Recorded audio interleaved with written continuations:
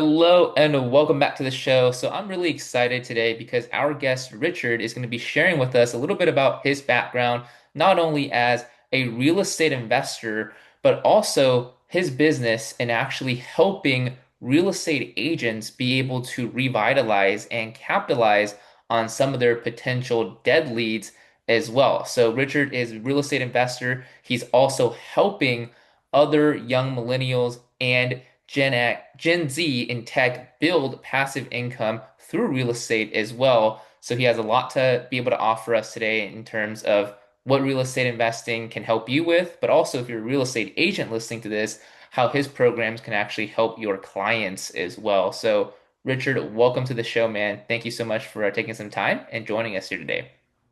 Thank you, Kobe. It's my pleasure to be here. Yeah, absolutely. So, before we get started and kind of sharing a little bit about what it is that you do and how you can help our listeners here today, why don't you share a little bit more about your background, right? So, you started out being an investor yourself, but also now you're helping other people invest. So, how did that journey all get started, and Uh, how are you able to do this here today? Yeah, absolutely. And again, once again, thank you so much for the invitation. I came from a rather unique background. I could not have ever imagined that I would be a real estate investor. Even, let's say, 5 years ago, that was not on my childhood dreams list when my kindergarten teacher asked me. I've always been sort of if I can put it this way, the good Asian kid, if you know what I mean. The go to school, get a job, and get a stable job kind of person. My parents both immigrated to the United States when I was 13 years old from mainland China, and they told me to to study hard and go to good school. So I did that, and I did my undergraduate study at New York University, and I did my graduate study at the Massachusetts Institute of Technology, and I got my PhD out of it. And so I really ticked the box of my Chinese parents' best dream of of going to a good school. And then getting in terms of getting a good job, I actually moved to the Bay Area and I started a job working as a venture capital investor. The company that I work for, as a matter of fact, were the seed investor, were the early investors in DoorDash and Dropbox. So again, take another box of going to a prestigious job. So everything was on the surface going well. However, deep down, Kobe, deep down, I knew at that time I was really miserable. I was making six figures at that moment back in 2021. It was during COVID time. If you put that out there, it's good salary. In the Bay Area, trust me, a low six figure income is minimum wage. Rent was $4,000. And surprisingly, I was really feeling really tight. I was like, why did I have to go online, go to Expedia Priceline and Google Flights just to find the cheapest flight out of town?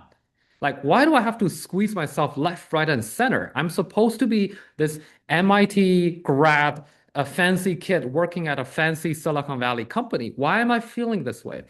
And why do I feel like my parents are getting old? I cannot be there for them. Why is it so hard? Why is everything so expensive? And then it was around that time that I did a lot of research myself, researching and ended up reading the Rich Dad Poor Dad and the Cash Flow Quadrant. And two things I realized quickly. Number one, my biggest issue was I was working at a venture capital fund. I was not an investor. I put on my LinkedIn, I was an investor. I was not an investor at that time. I was working for an investment company. Huge difference. And number two was I was trading my time for money. I really was. I work an hour, I get paid an hour. If I stop working, I stop getting paid. And I clearly remember at that moment, I was going home every day and I felt like empty, that I felt like I was being ripped off. Well, as it turns out, if they pay me $60 an hour, I must have been producing 600, $700 an hour worth of value. So the fact that I felt ripped off was, well, I was indeed very much ripped off. So how can I get out of this thing called working for somebody? How can I work for myself? How can I be financially independent from corporate? That was really the question uh, that that captured 100% of my attention for a while. And I did a lot of research. I looked into Amazon drip shipping. I even pitched a joint venture with my mom to open a Chinese restaurant in Atlanta, Georgia. And my mom said, honey, I would cook for you only. I don't want to cook for other people. So no Chinese restaurant. And besides, if you worked in a restaurant, you're still trading time for money. You're still working. How can I build passive income? And one thing leads to another, and we can talk more about it if you'd like. I landed on real estate, using real estate as a vehicle to create passive income, to become financially free. So I drank all the Kool-Aid and I started building my real estate portfolio. What ended up happening was you probably have seen this. Investors be like, I want to be financially free. Okay.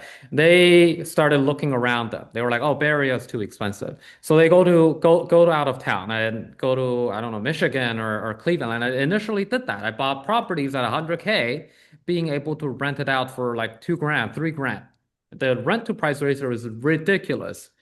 And what I didn't consider was the fact that the tenants from those areas came from a very different backgrounds, and the properties would cash flow until they don't, until the tenants started breaking stuff, until their situation changed, and then they no longer were able to afford the rents, and they ended up getting evicted. And I said, "Wow, why? I already have a stressful enough job.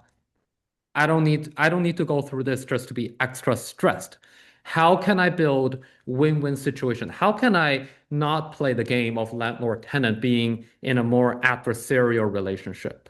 Yeah. And that's when I read this book called the Go Giver series, Go Givers and Go Giver Sells More, which I recommend everyone to read, is that there's a line that really amazed me is that the more value business is about adding values. The more values you add, the more money that you make.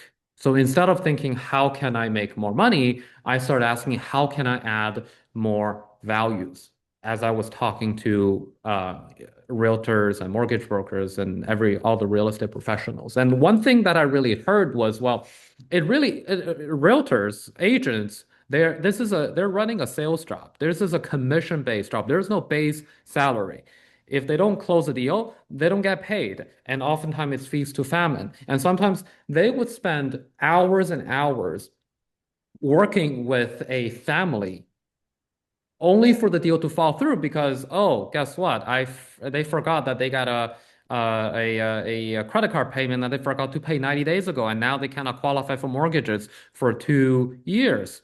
Well, what if I am able to pick up those leads from the realtors? Okay. And of course, I have my own underwriting criteria and decided who I want to work with versus not. But if I can pick them up, and I can, instead of them buying the property, I'll buy the property and then set them up on a lease with an option to purchase.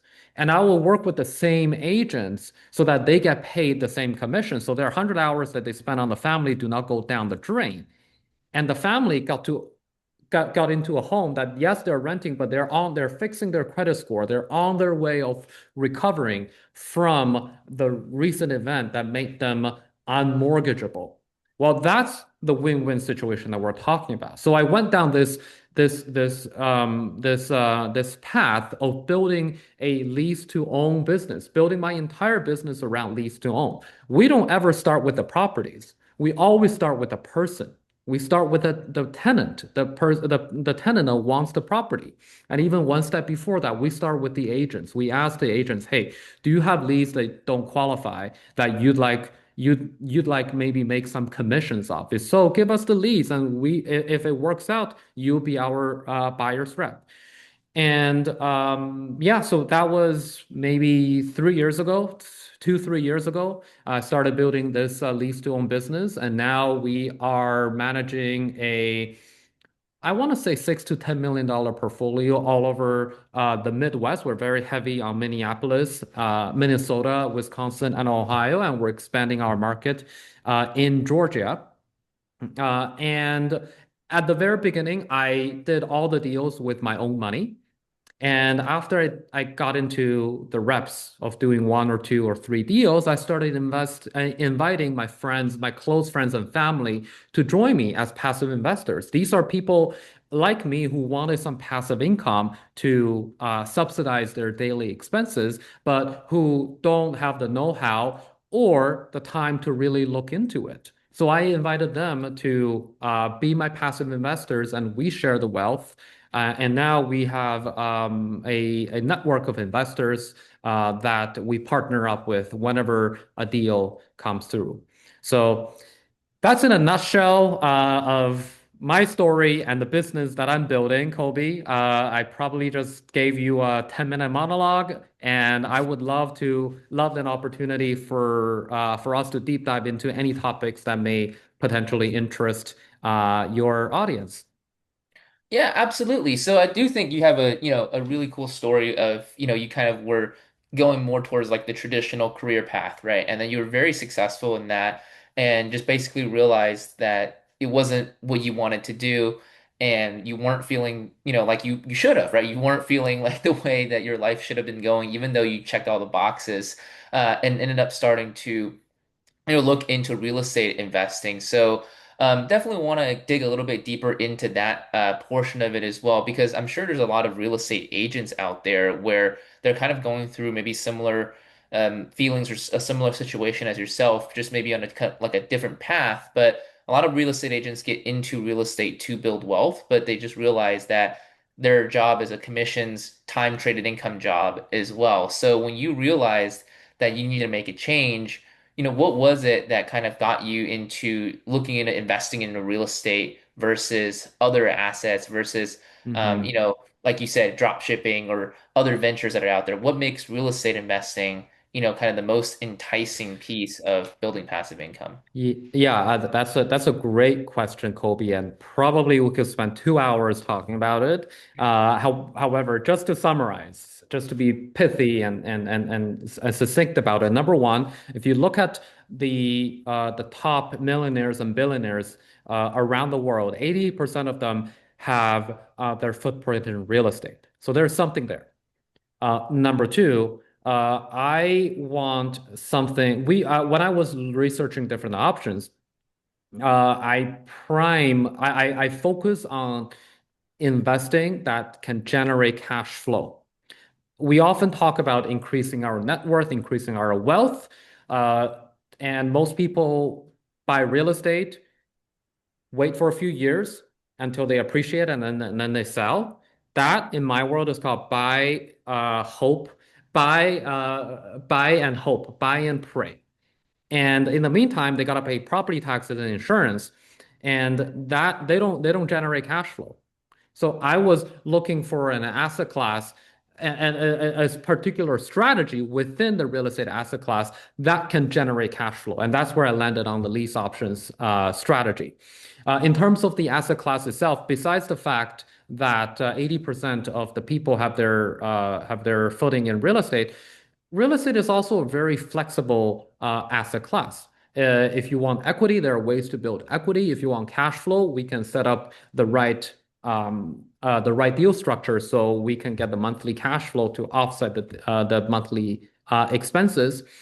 So I figured at this stage in my life, or at that stage in my life when I really wanted cash flow, and if so later I wanted to transition towards building intergenerational wealth, we can do that within the same asset class without relearning much about some of the nitty-gritty details.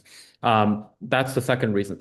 Third reason is that real estate is an evergreen asset class. Things come and go. Amazon drip shipping business comes and goes depending on whether Amazon exists. Real estate has been around for many, many years. We all need a over our head. We all need we all need a building to keep us warm during the winter and keep us cool during the summer.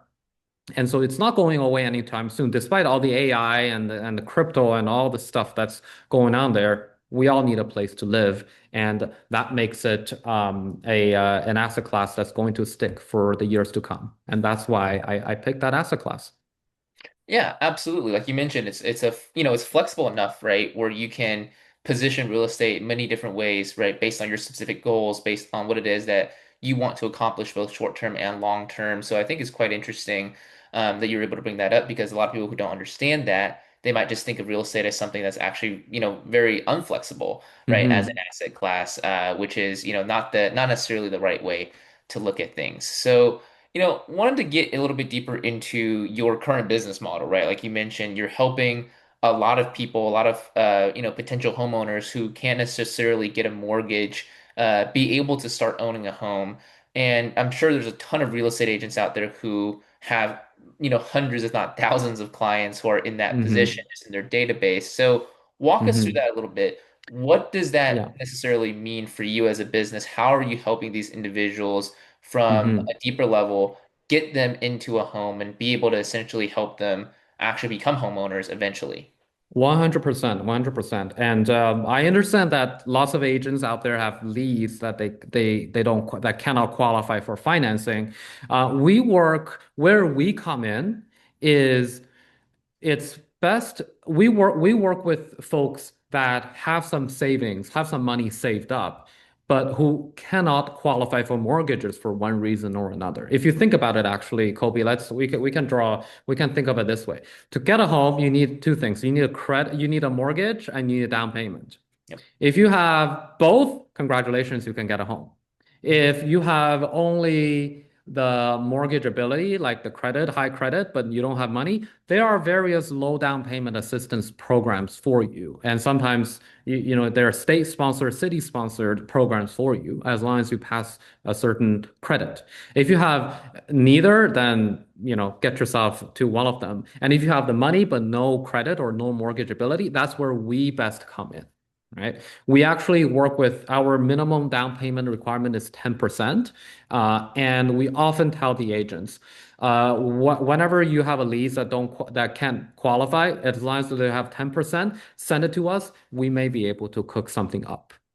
And whenever that lead comes through whenever that family comes through our radar, the first question we actually get them to go through our underwriting process, and our underwriting process is to ensure that we see a reasonable chance for them to qualify for a mortgage by the end of our program. We don't just throw anybody into any homes. We actually have a very standard and stringent underwriting program, and we ask four main questions. Kobe, if I can share that live here on the podcast. Number one is why they don't qualify for a mortgage. What's the story behind it? Number two is what it would take for them to qualify for a mortgage. What are the action steps? Number three is how long. Number four is even after they qualify, what is their max budget? So if they only qualify for a $300,000 home, we don't want to get them a $400,000 home. Yeah. When we have a licensed mortgage loan officer write up their file, sign their name, provide their NMLS ID, and that becomes part of our file. That becomes part of the action steps once we call them tenant buyer because they're tenant and then buyer. Once the tenant buyer comes into our program. And once we define the max budget, we define the buy box, we pass that family back to the realtor. And we say, okay, we're looking for a $300,000 home max, turnkey in this and this location. Here is our pre-approval letter, and we have done, 20, 30 plus transactions, and we have lenders ready to back us. Here's our pre-approval letter. Whenever we find that property, put in that offer. And we go through that process. We go through, and then from there, for the agents, it's a normal 30-day closing process with a pre-approval letter. And once that deal closes, the agent gets paid. We purchase the property. Tenant buyer gets the key, and then they start the program. And then once they're in the program, they would work on their mortgage qualification under our guidance if they ever need that. So every year we hop on a call to check in. Hey, remember on the action items, the things that we talked about. Did you do this? Did you do that? Did you do that? Right?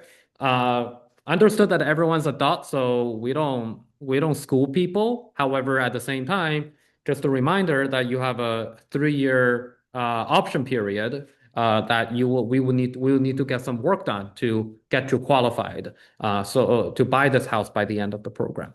So that's kind of roughly speaking how our program works and how we work with agents.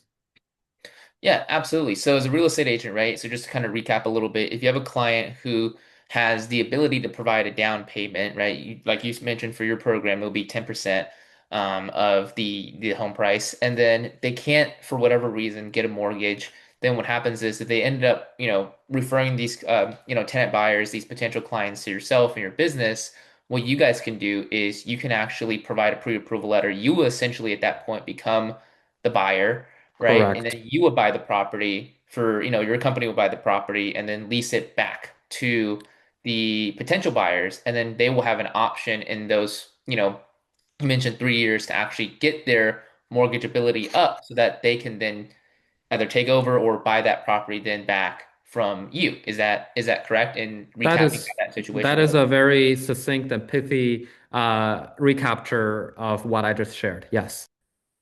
Yeah, absolutely. So, for a lot of agents, I think they could definitely work with that, right? Because now what you're doing is you're not only offering, your services as a real estate agent, but now you're actually providing them a solution, right? You're providing clients a solution, a long-term Hmm. solution, and a creative solution as well. So, when you guys are working with real estate agents, is there any type of, I will say, either qualification or any type of filter that you guys use when it comes to Hmm. working with the actual agent themselves, or no? Not in particular with the agents. Of course, I think the standard is the person has to be open-minded and accepts that this is creative financing involved. Other than that, no. I mean, I think as long as the agent has we're here to solve problems. As long as the agent has a problem, aka in this case, unqualified leads that they spend hours on that they cannot monetize off, that's where we can help. Yeah, absolutely. So one of the other questions I'm sure an agent would have is when they're, kind of is maybe this is like the first time they're learning about a program like this or Hmm. something that, they could potentially offer their clients. For them, what would you say are, maybe some of the best ways for them to actually present this as an option to their clients? Maybe what is the best timing? How do they, would they be able to explain this in full to their clients, or should they just simply refer their clients to yourself, and at Yeah, that point, you guys will provide the full kind of explanation for them. great question. Great question. Yeah, we find it best for us to directly speak with the clients. The rent to own space has gotten a lot of bad raps out there, and we're very well aware of it. Plenty of bad actors out there that have tarnished the name, and I wish there were a different name. Other than rent to own, and that's why we actually rebranded as lease to own, just to give a different sound of it. The agents, we would if the agents really wanted to explain it to the clients, we would advise them on best practices or languages to use. However, it's best that we speak directly with the clients. That way, there's no messages being lost in translation. Yeah.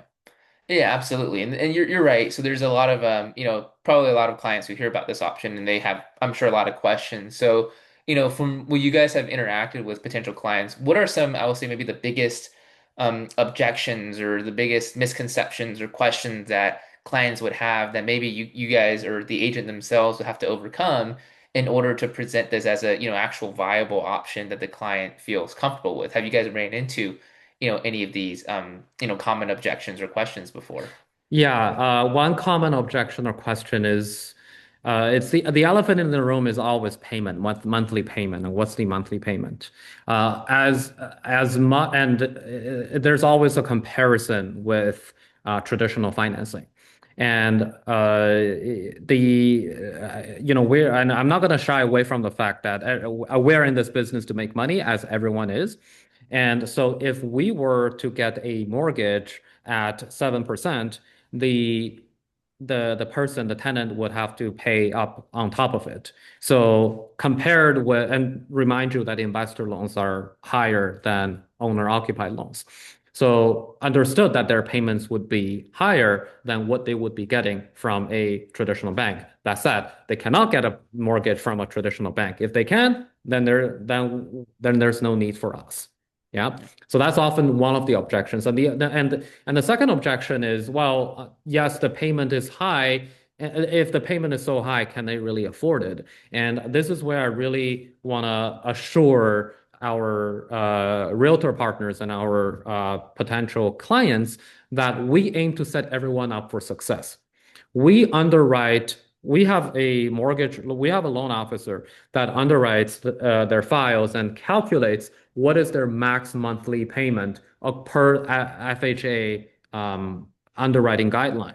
And when we design the payments, the program for them, we make sure that what we are charging them does not exceed what FHA is willing to charge up. So we take into account all their debt to income. We read their credit score, their credit report, and everything to make sure that we do not run into cash flow issues with them. So, however, that's another objection that I hear people raise. And the third objection oftentimes is, what if they don't qualify? Excuse me, what if they don't buy the property in the end? And that we often say that, look, this is not I'm interested in owning. Let me rent it to see if this thing is for me. No, this is not what this program is. This program is they're serious about being a homeowner and they're committed to this home. They see themselves growing their family and growing their memory in this home, and they want to buy it in the end. So they would be doing some work, and we would be helping them in the meantime. The contract has a black and white that if by the end of the 3-year period, if they cannot purchase, then that's it. That's the end of the contract. They would not be getting their option money back and whatnot. That's what the contract says. In reality, we follow up with them closely to make sure that they're on track. And if for whatever reason, towards the end, they don't qualify, they need another 6 months or a year, we work with them on a one-to-one basis to make sure that they're putting in the work and they're still on their way to qualifying. And if they need another 6 months, we'll give them that. Chances are that we'll give them that 6 months. So I hope that answers your question, Colby. Yes, absolutely. Because I do think there's, certain reservations people will have or might have, as they begin exploring these options as well. And then something else that really kind of popped to mind when you were, explaining the situation, explaining, what your program is really, what type of individuals and clients that your program is really for is I'm sure a lot of potential buyers out there who, when they speak to a lender or a loan officer that, when they're told that they don't qualify, one of the first options that is brought up, at least to my knowledge, is getting a cosigner, right? Somebody else to co-sign on that so that they would qualify. So what do you kind of what are your thoughts on that, right? Is that would you say an option that you would say if that's an option for you, you should go pursue that, or would you say that maybe that's not even the best option? Maybe you should actually look into lease to own as maybe a safer option or a more more kind of contained option for you. Yeah, I always tell my potential clients, the families I talk to, I want them to do the best option for them. Everyone is in different situations and everyone has access to different resources. Some have cosigners and their cosigners are willing to cosign with them. And in that case, I don't see, and if they're comfortable with that cosigner being on the loan, I don't see a need for them to do a lease to own with us because with us, their payment will be higher. Let's just put it out there. So I would say, yeah, go get a cosigner, get a normal loan, as long as you are okay with that arrangements. Now there might be potential fallouts down the road that they gotta be okay, that they gotta be comfortable with. However, assuming they're comfortable, I don't see a problem with that. What I do see a problem with is sometimes, and we can talk more in depth about it if you'd like, is that sometimes their situations is not fixable by simply by having a cosigner. If the issue is let's say debt to income, where their debt to income is too high, then need someone with an extra income. Yeah, that's totally fine. Get a cosigner. However, if there's something fundamental, if there is a fundamental delinquency to it, and by the way, I use that word by no means of judging their character. That's what the lenders use, the word delinquency. If there is a delinquency in it, if they have a bankruptcy on their record, let's say a year ago, or if they had a 90 or 120-day late payment, then it's hard to pull it off, even with an extra cosigner. They're just completely tapped out. They just need to wait out the delinquency. And that's where a lease to own program might make more sense. Yes, absolutely. That's a great, it's a great kind of outline for, who exactly this program is for as well. You mentioned bankruptcy being one of the, specific reasons why somebody would want to look into this option. What are some other, I would say maybe like two or three common reasons why they would not be able to get a mortgage aside from, just Mhm. debt to income ratio? Yeah, debt to income, that's a huge one. Low credit score is another one. For whatever reasons, they are delinquent. And again, understood that we are working with someone who has, at least on paper, a low credit score, a history of non-payment. So we would need to understand the reasons behind it as part of our own underwriting process for our own risk protection. However, to answer that question, low credit score is another one. There are all sorts of weird and funky cases when someone doesn't qualify for a mortgage. I'll give you another example. We helped a family uh, get into a home via lease to own because the couple, actually, their credit score was good enough for FHA. However, they don't qualify for FHA. You know why? Because they work in the recreational marijuana industry. And because recreational marijuana is not federally legal, FHA cannot use their income, and the kind of loan that would recognize their recreational marijuana income has a higher credit score requirement. Okay, so we took them on as a client. We had a client who needed to get what's called. He's completely legal here. He is legal, and he came here many years ago. And he has a social and everything. It's just that nobody told him to go get what's called an EAD paper. I don't even know what that stands for. It's just a piece of paper they needed to get from the immigration agency that nobody told him to get, and it never came up until closing on an FHA loan. And FHA was asking for it. He didn't have it, and he didn't have another choice besides, going through a lease to own program with us if they wanted that home.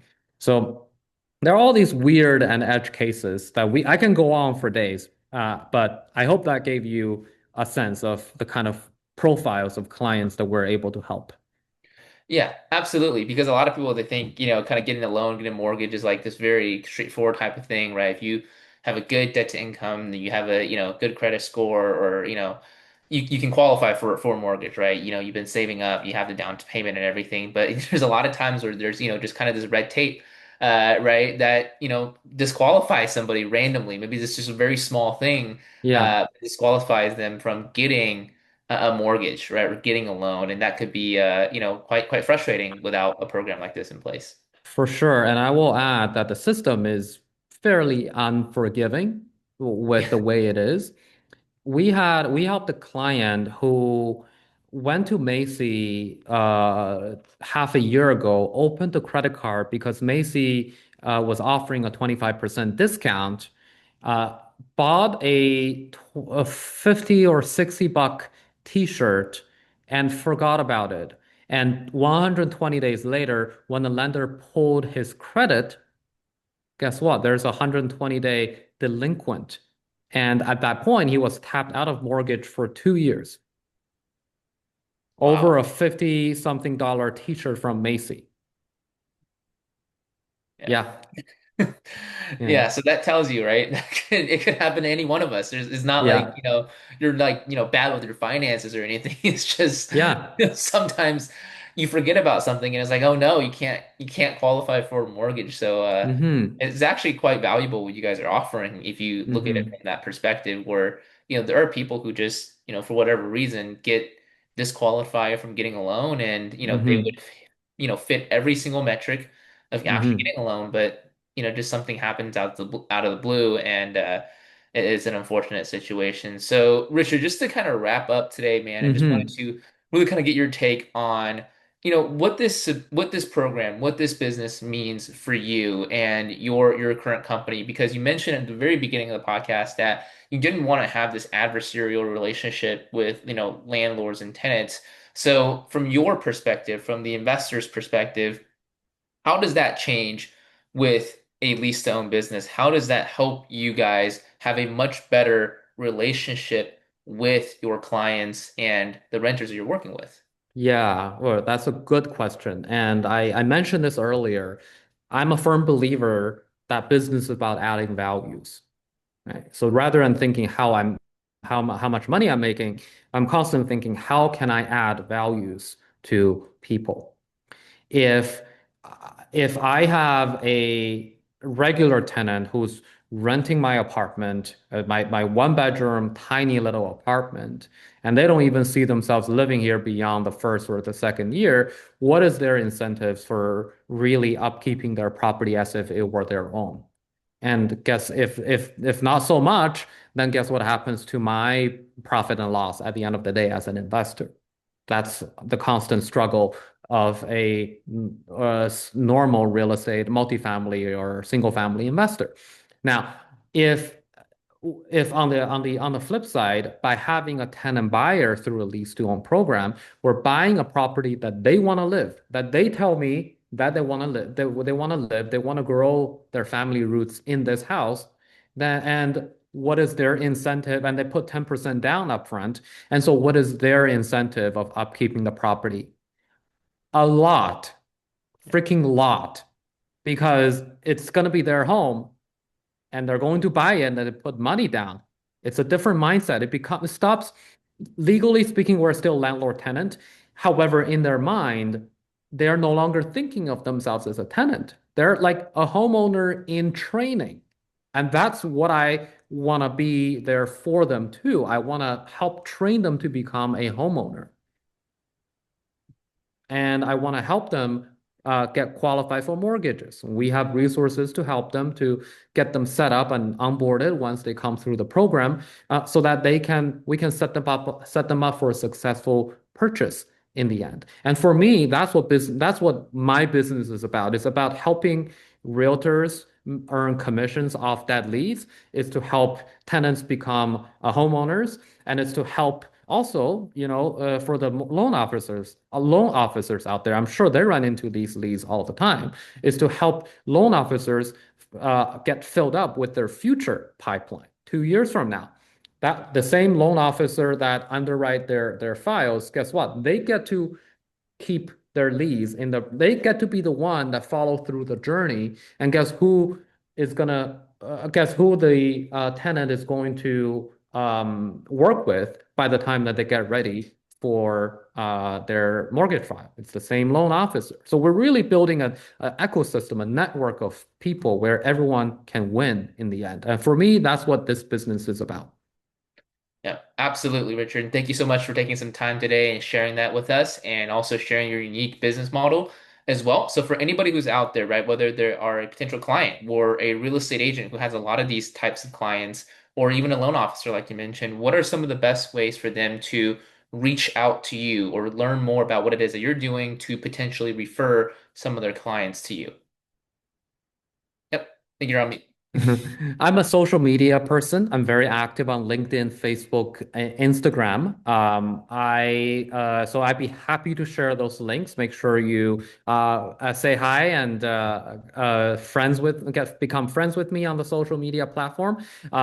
And I do have a website. The website is more investor oriented than agent oriented.